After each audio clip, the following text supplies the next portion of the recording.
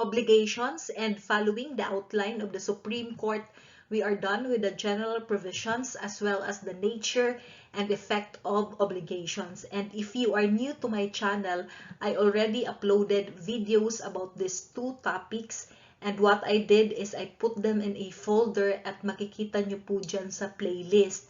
So in this video, what we're going to discuss is the kinds of obligations, particularly pure and conditional obligation, and this is our part 1. Let's begin with a pure obligation. So what is a pure obligation? It is one which is not subject to any condition and there is no specific date mentioned for its fulfillment. Therefore, it is immediately demandable. What is the applicable article?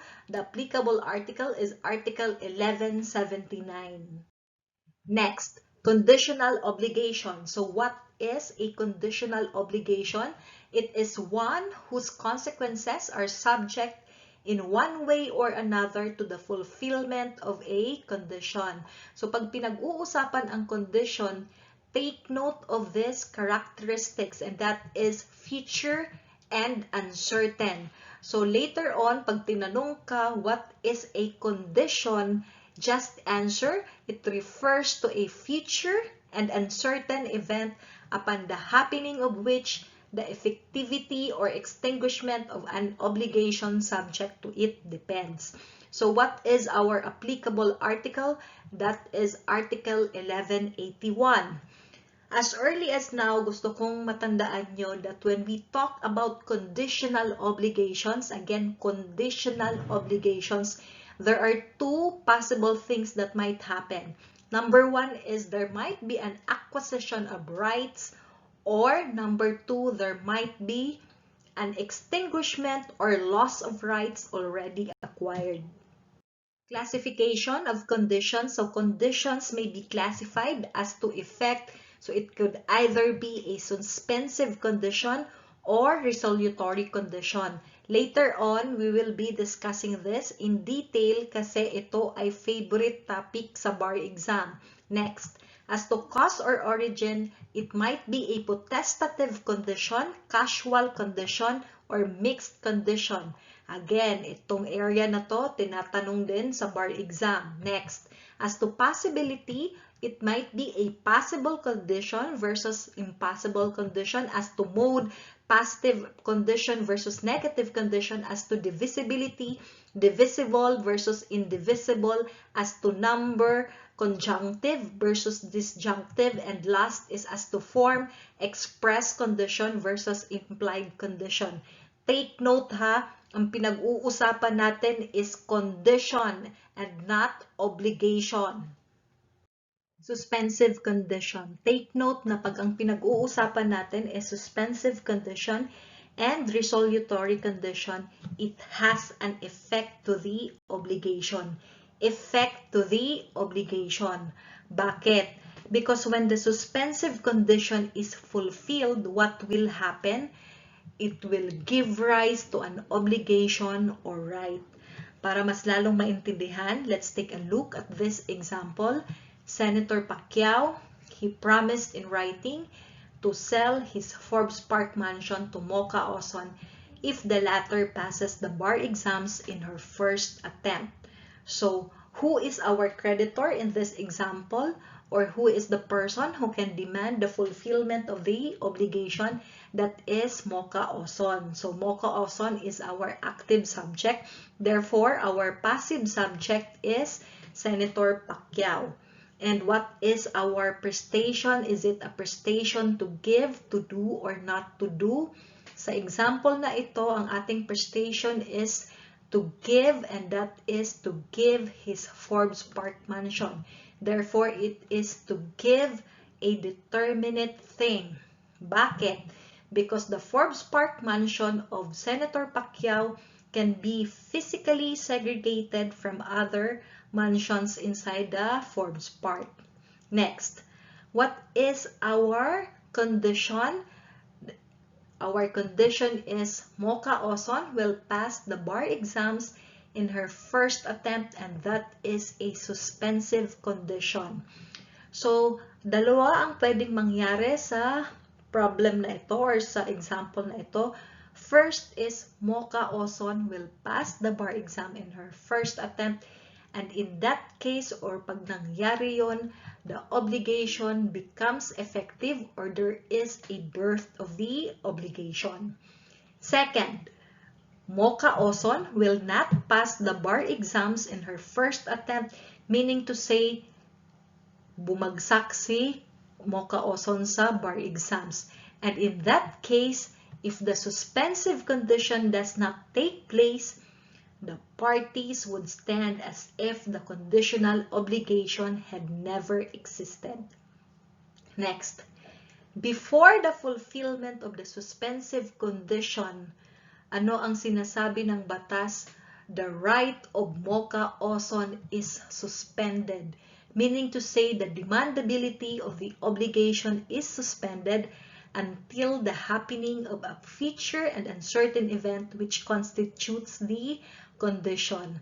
Therefore, ang sinasabi ng batas Mocha Oson, what you acquired is only a mere hope or expectancy of acquiring a right. However, take note of the however, unlike other hopes or expectancies, this one is protected by the law. What is our basis? Article 1188. Ano ang sinasabi ni Article 1188? Mocha Oson, before the fulfillment of the condition, you can bring an appropriate actions for the preservation of your right. So kung itong si Senator Pacquiao, before Mocha Oson passes the bar exams in her first attempt, nag-decide na ibenta niya ang kanyang property sa ibang tao. Ang sinasabi ni Article 1188, you can file an appropriate action so that your right will be preserved. So in that case, Mocha Oson can either file an action for injunction. Next, after fulfillment of the suspensive condition, ano ulit ang sinabi natin?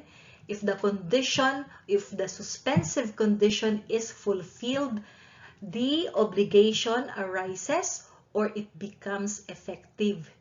Therefore, Mocha Oson or creditor, your right now or before, if you had just a mere hope or expectancy, now your right is perfected. It becomes effective and demandable. You can therefore compel now the debtor to comply with what is incumbent upon him.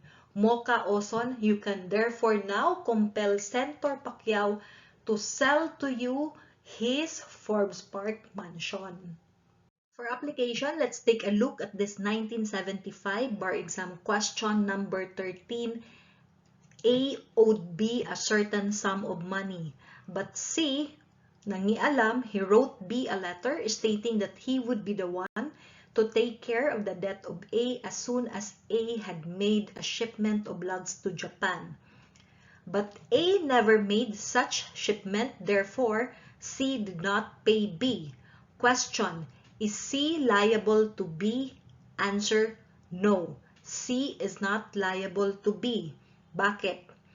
Pag tiningnan mo yung problem, the problem is one with a suspensive condition. The suspensive condition is C will take care of the debt of A as soon as A had made a shipment of logs to Japan. Ano ang sabi natin? If it is a suspensive condition and the suspensive condition is fulfilled, it will give rise to an obligation. But in this problem, A never made such shipment. And if the suspensive condition does not take place or is not fulfilled, what will happen? The parties would stand as if the conditional obligation had never existed. In this case, just like the answer of the UP Law Center, the obligation of C never arose because the suspensive condition was never fulfilled. Resolutory condition. What is the effect if the resolutory condition is fulfilled? It will extinguish an obligation or right already existing. Ulit, it will extinguish an obligation or right already existing. Para mas lalong maintindihan, let's take a look at this example. Si Senator Pacquiao, he sells his Forbes Park mansion to Kuya Will with right of repurchase. So, the resolutory condition in this case is the right of Senator Pacquiao to repurchase the Forbes Park mansion. Ano ang agad ninyong napansin? If the obligation is one with a resolutory condition, rights are immediately vested in the creditor. So rights were immediately vested to Kuya Will. However, the rights of Kuya Will is subject to the threat or danger of extinction.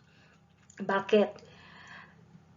Pag tiningnan mo ng maigi yung problem natin, there are two scenarios that might happen. And that is number one, Senator Pacquiao will exercise his right to be repurchased, or number two, Senator Pacquiao will not exercise his right of repurchase.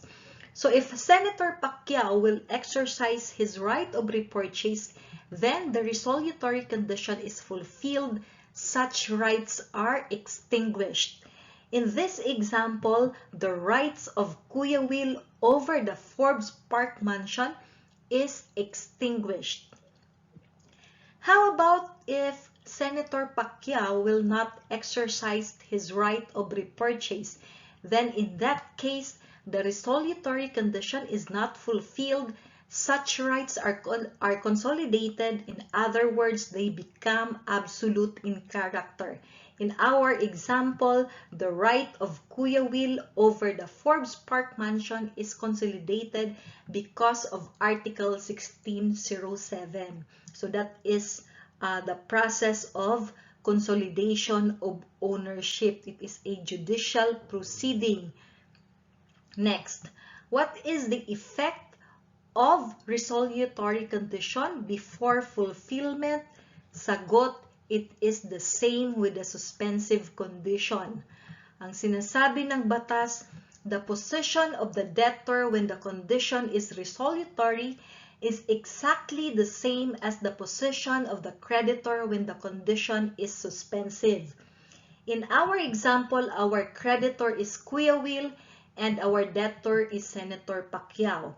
So, ibig sabihin, si Senator Pacquiao is more or less in the same position with Mocha Oson in our previous example. Bakit?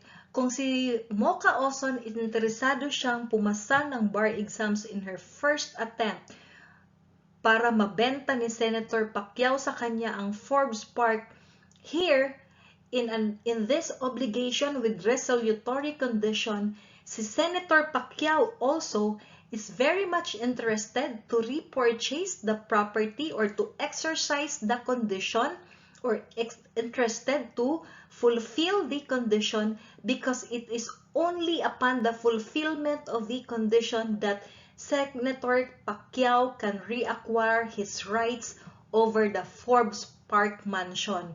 Because ang sinabi nga natin, upon the constitution of the obligation, the rights were immediately vested to Kuya Will. Next, what is the effect of resolutory condition after fulfillment? There is a return to the status quo. Ano ang ibig sabihin niyan? Dito sa problem natin, the rights now, if the resolutory condition is fulfilled, or if Senator Pacquiao exercises his right of repurchase, the rights now of Pacquiao and the rights now of Kuya Will are extinguished altogether. In other words, whatever may have been paid by Kuya Will, whatever may have been delivered by Senator Pacquiao, they will have to be returned upon the fulfillment of the condition. Our basis is Article 1190. So take note ha, after fulfillment, the effect of resolutory condition, the rights of the parties are extinguished. For application, here is a 1979 bar exam question. There are two personalities involved here, that is DP and AB. So both DP and AB executed a document which is entitled barter. It provides, among others, that both parties shall enjoy the material possession of their respective properties, that neither party shall encumber, alienate, or dispose their respective properties as bartered without the consent of the other, and that DP shall be obliged to return the property to AB when the latter's son shall attain the age of majority and decide to return the DP's property. After AB's death and his son attained majority in 1977, the son demanded for the return of the 2 hectares of rice land. DP, however, refused. Therefore, the son filed an action for recovery of the land. Question: will the action prosper?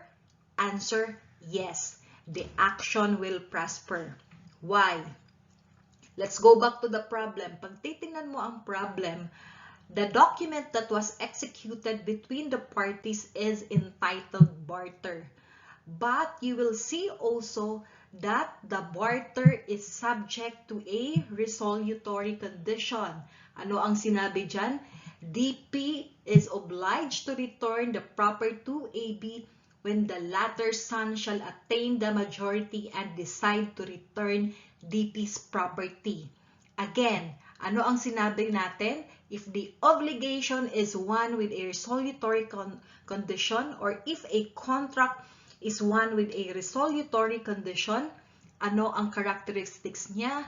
Rights are immediately vested in the creditor, just like in this case, or just like in this question. Rights were immediately vested to both DP and AB. However, their rights are always subject to the threat or danger of extinction. That is why if it is a resolutory condition and the resolutory condition is fulfilled, the rights of the parties are extinguished or terminated. In this case, the right now of DP and the right of AB are terminated. This is also the answer of your UP Law Center. To summarize what we have discussed, let's take a look at this 1988 bar exam question. Distinguish between the effects of suspensive and resolutory conditions upon an obligation. So, pag pinag-uusapan natin si suspensive condition, or that is your condition precedent versus resolutory condition or the condition subsequent, take note that in suspensive condition, rights are not yet acquired. Meaning to say, ang meron lang si creditor is only a hope or expectancy that they will soon be acquired. But again, that hope or expectancy is protected by law. Sa resolutory condition, rights are already acquired but subject to the threat of extinction. If the suspensive condition is fulfilled, what will happen? The obligation arises or becomes effective. In resolutory condition, if the resolutory condition is fulfilled, the obligation is extinguished. How about if the suspensive condition does not take place or is not fulfilled? Ano ang sinabi natin? The parties would stand as if the conditional obligation had never existed. Meaning to say, if the suspensive condition is not fulfilled, no juridical relationship is created. This is not the case in your resolutory condition, because if the resolutory condition is not fulfilled, the juridical relation is consolidated. Another bar exam question. Manuel bound himself to sell Eva a house and lot which is being rented by another person if Eva passes the 1998 bar exams. Luckily for Eva, she passed said exams. Suppose Manuel had sold the same house and lot to another person before Eva passed the 1998 bar exams. Question: is the sale to another person valid? Answer: yes, the sale is valid. If you will be attacking the problem using the law on property, your answer is still correct. Bakit? Because under the law on property, if you are an owner, you have the right to dispose. Therefore, you have the right to alienate. You have the right to encumber your property. And applying that to our problem, Manuel now has the right to sell it to another person even if he has a promise to sell to Eva. But here, makikita nyo sa question na si examiner may gusto siyang tanungin. And gusto niyang tanungin if the bar taker or if the student knows the concept of suspensive condition and resolutory condition and its effect. That is why if you will be attending the review classes, you will hear your reviewers nagrereklamo, palaging sinasabi na ang mga bar examiners daw, they are always complaining that the bar takers cannot identify the issues involved in the problem. Ito yung classic example nun. Kasi here, if you will take a look carefully at the problem, you will see that there are two kinds of contract or two kinds of obligation. The first is between Manuel and Eva, and it is an obligation which carries a suspensive condition. Manuel will sell the house and lot to Eva only if Eva passes the 1998 bar exams. And ano ang sinabi natin? If it is one with a suspensive condition, before the fulfillment of the suspensive condition, the right of Eva is suspended. Suspended yan. What Eva acquired is only a mere hope or expectancy of acquiring a right. However, her hope or expectancy is protected by the law. Second, please remember also that there is a contract of sale with resolutory condition between Manuel and the other person, and that resolutory condition is Eva passes the 1998 bar exams. Again, in a resolutory condition, what happens? The rights are immediately vested in the creditor. However, his right is subject to the threat or danger of extinction. Therefore, in this problem, Manuel has all the right to sell the house and lot to another person because what constitutes, ayan ang sagot ng UP Law Center, the sale to the other person is valid because what operates as a suspensive condition for Eva operates as a resolutory condition for the buyer. Letter B, question. Assuming that it is Eva who is entitled to buy said house and lot, is she entitled to the rentals collected by Manuel before she passed the 1998 bar exams? Answer, pag-uusapan natin sa next slide. To answer our hanging question, let's study the principle of retroactivity. So ano ba itong principle of retroactivity? As early as now, I want you to remember this. If you are going to apply the principle of retroactivity, first, determine what kind of a condition is involved. Is it a suspensive condition or a resolutory condition? Next, determine what is the prestation. Is it a prestation to give, a prestation to do, or not to do? So, if the condition is a suspensive condition and the prestation is a prestation to give, do you apply the principle of retroactivity? Answer, yes. Ang sinasabi dyan, once the condition is fulfilled, its effect shall retroact to the day when the obligation was constituted. Basis, Article 1187. Para mas lalong maintindihan, again, let's go back to our example.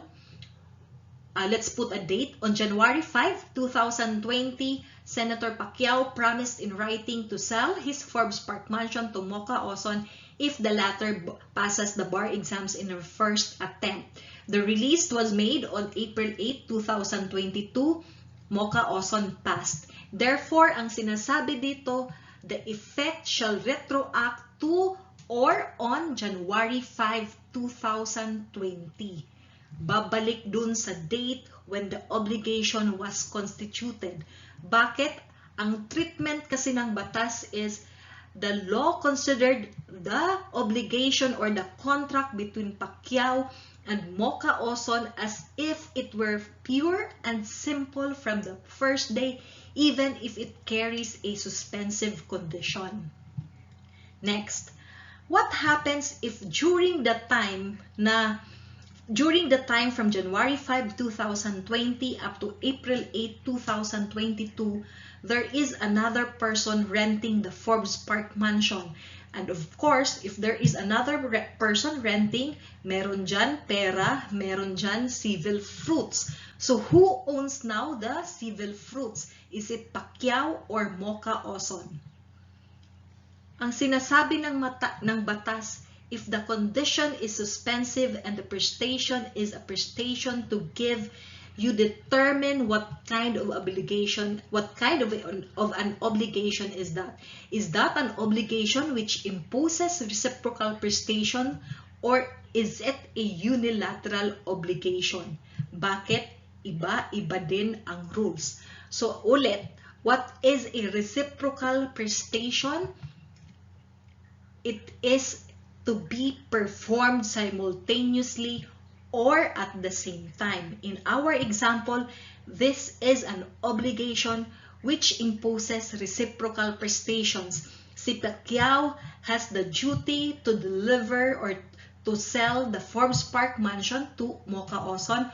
Mocha Oson, on the other hand, has the duty to pay the price of the Forbes Park mansion.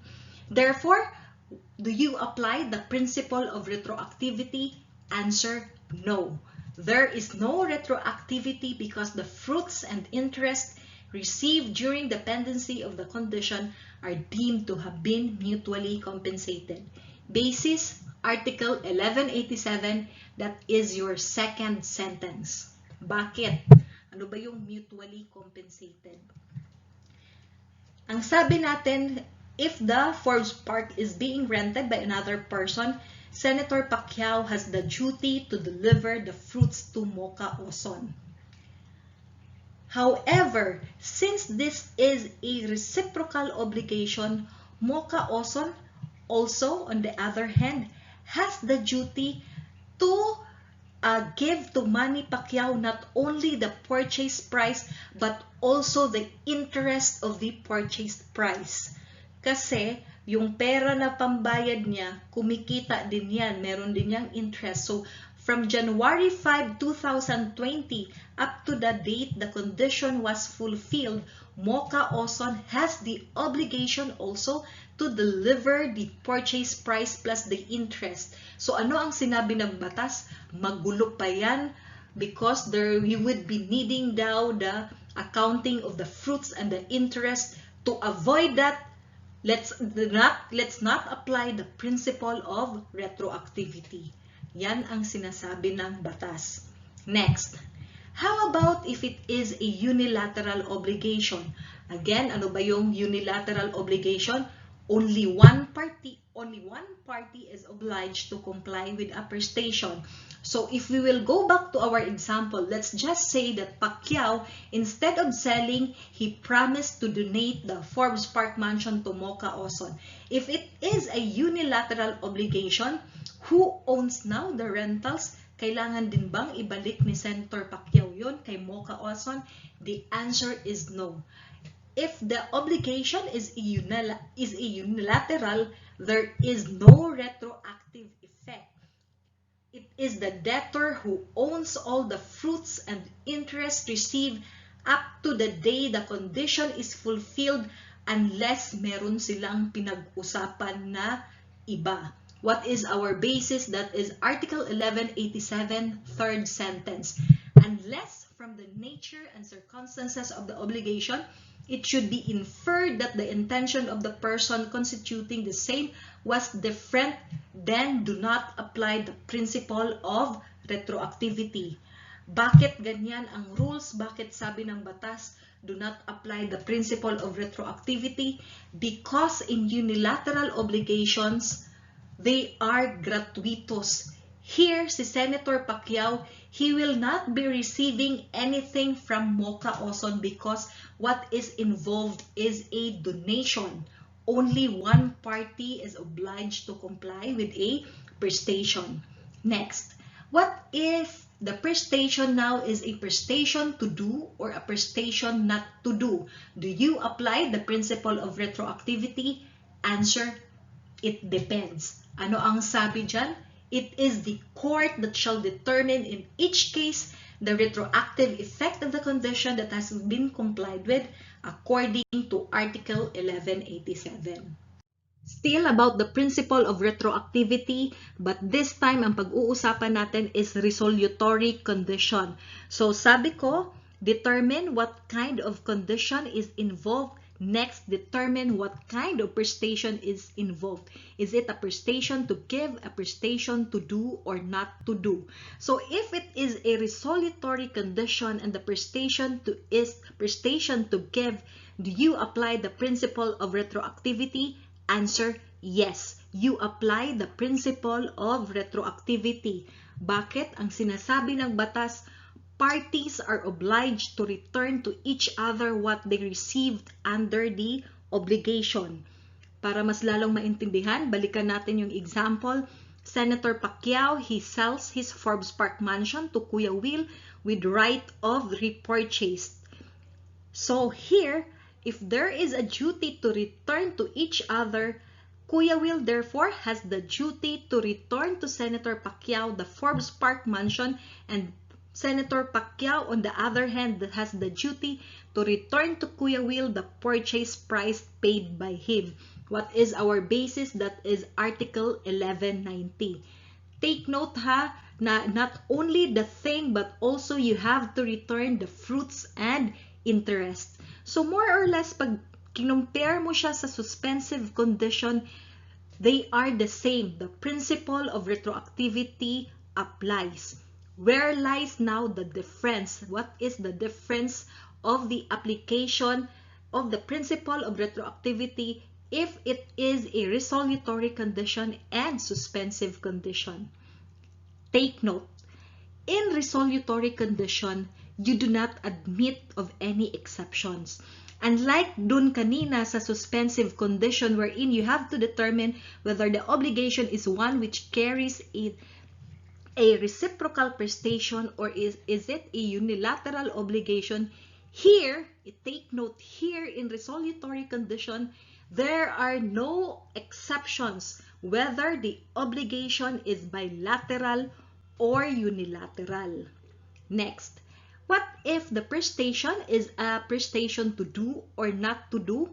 What is the rule? Do you apply the principle of retroactivity? Answer, it depends. Parehas sila dun sa suspensive condition that it is the court that will determine in each case the retroactive effect of the condition that has been complied with. What is our basis? That is Article 1190. For application, let's go back now to our hanging question. Assuming that it is Eva who is entitled to buy the said house and lot, is she also entitled to the rentals collected by Manuel before she passed the 1998 bar exams? So, ano ang sinabi ko? Paano tayo mag-isip if the principle of retroactivity is involved? First, determine whether the condition is a suspensive condition or a resolutory condition. In our problem, what is involved is a suspensive condition. Manuel will only sell the house and lot if Eva will pass the 1998 bar exams. Next, aside from determining the condition, next determine whether the prestation is a prestation to give, a prestation to do, or not to do. In our problem, what is involved is a prestation to give, that is to give a determinate thing. Next, if it is a prestation to give and the condition is a suspensive condition, determine whether it is an obligation which imposes reciprocal prestations or a unilateral obligation. In our problem, again, what is involved is an obligation with reciprocal prestations because Manuel has the duty to sell the house and lot, to deliver the house and lot, and Eva also has the duty to pay the purchase price. And ano ang sinabi natin? If the obligation is one with a reciprocal prestation, there is no retroactivity because the fruits and interest received during the pendency of the condition are deemed to have been mutually compensated. Sinasabi ng batas to avoid the necessity of mutual accounting of the fruits and interest, wag nang i-apply ang principle of retroactivity. So, applying this to our problem, therefore, Eva is not entitled to the rentals collected. Although pag binasa mo yung sagot ng UP Law Center, iba ang kanyang approach. Ang approach niya is more or less parang sa property naman na sagot.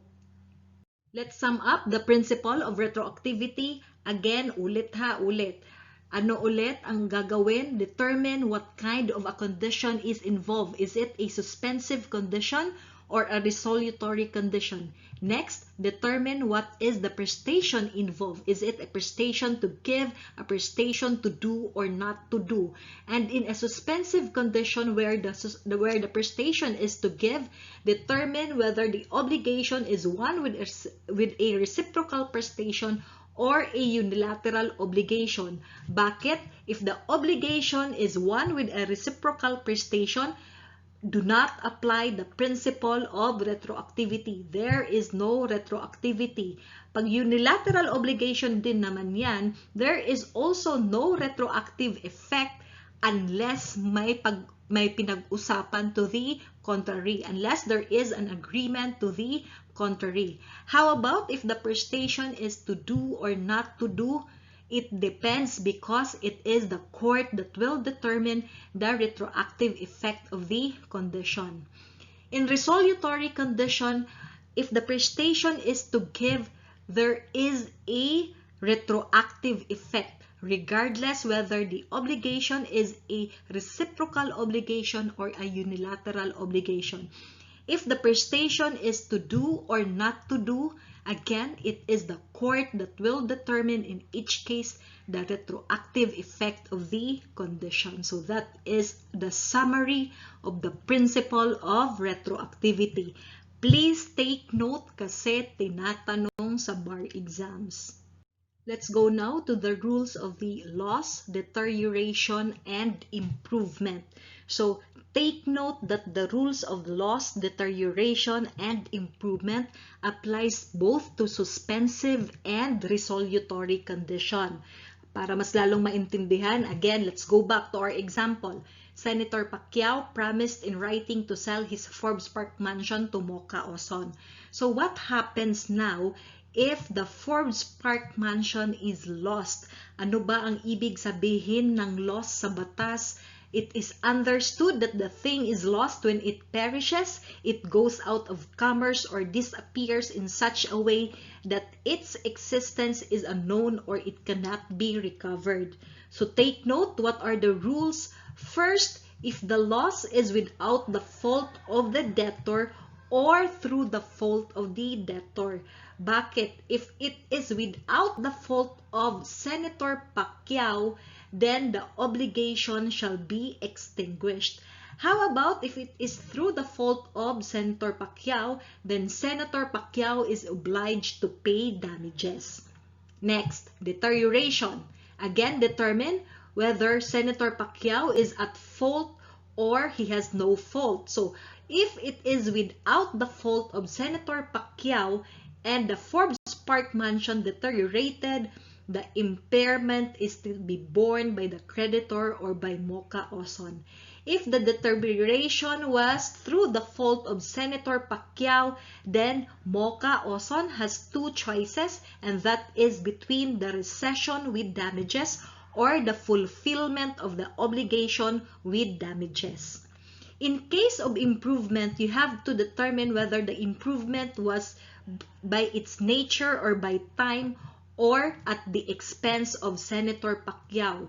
Pag by its nature or by time, the improvement shall inure to the benefit of the creditor or to Mocha Oson. But if it is at the expense of the debtor shall have no other right than that granted to the usufructuary. Ano ang ibig sabihin niyan? Pag ang nilagay dyan ni Senator Pacquiao is useful improvements, therefore, Senator Pacquiao cannot ask for reimbursement from Mocha Oson. The only right that he has is to remove the improvements, provided that it will not damage the thing, that it will not, he can do so without damage to the thing or property. If the improvements was for mere pleasure, again, Senator Pacquiao cannot ask for reimbursement, but he can remove the improvement provided it will not do damage to the thing or property.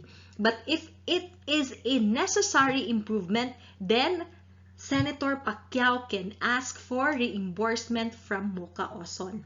Senator Pacquiao can also set off the improvements he made on the property against any damage to the same. So this is the rules as far as loss, deterioration, and improvement are concerned.